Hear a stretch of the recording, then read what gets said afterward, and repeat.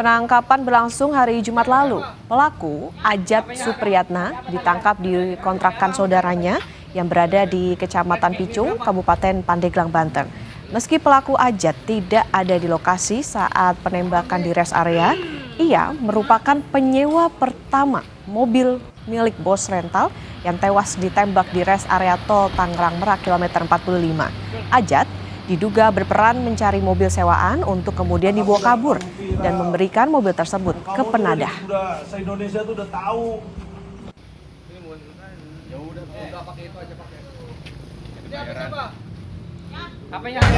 Yang menjadi terduga sebagai penyewa mobil rental, di mana saat ini ada kejadian penembakan bos rental yang terjadi di KM 45 Tol Tangerang Merak.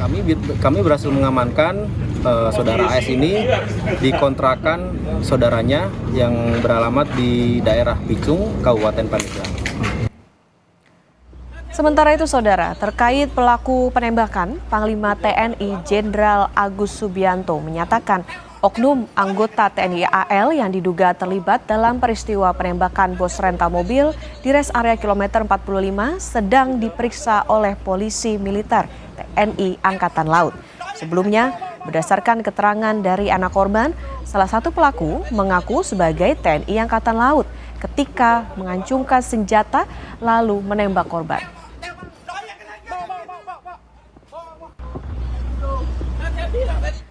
Melalui pesan singkat kepada Kompas TV, Panglima TNI Jenderal Agus Subianto mengonfirmasi penangkapan.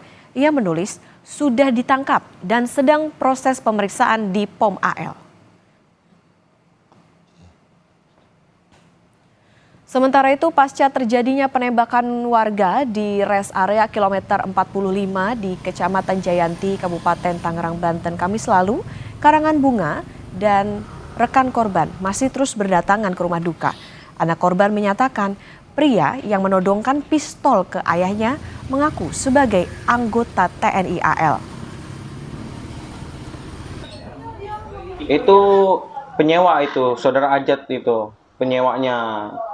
Bukan pelaku yang mengaku sebagai oknum TNI itu. Berarti kalau yang pas di video amatir penyergapan di kilometer 45 itu baru yang mengaku anggota TNI? Betul. Yang menodongkan pistol, betul dia yang mengaku oknum anggota TNI AL.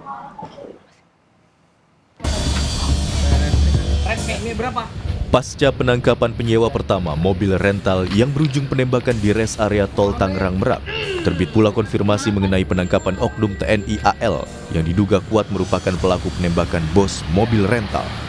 Keterlibatan seorang oknum TNI AL memang bermula dari pengakuan anak korban yang menyebut pihak yang kedapatan membawa kabur mobil mengaku tentara dan mengancam menggunakan senjata api.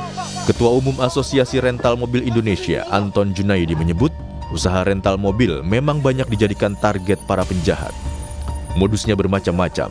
Salah satunya adalah memindah tangankan mobil yang disewa kepada pihak lain.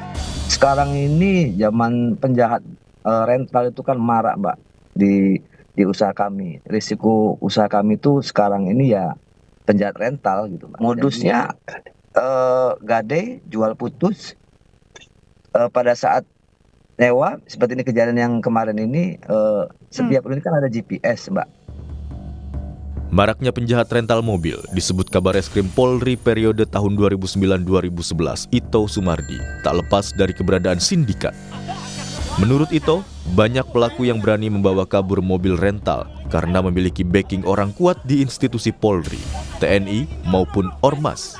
Si pelaku sindikat ini berani karena dia merasa ada backingnya ya. Dan backingnya ini juga bukan dari biasanya dari aparat TNI atau aparat kepolisian ya. Saya kira mungkin ada dari kelompok-kelompok ormas ya, ormas tertentu yang membuat si pemilik rental ini menjadi kesulitan. Saya kira ini sindikat ya, Mbak. Saya ini sindikat dan harus dibuktikan oleh Polres.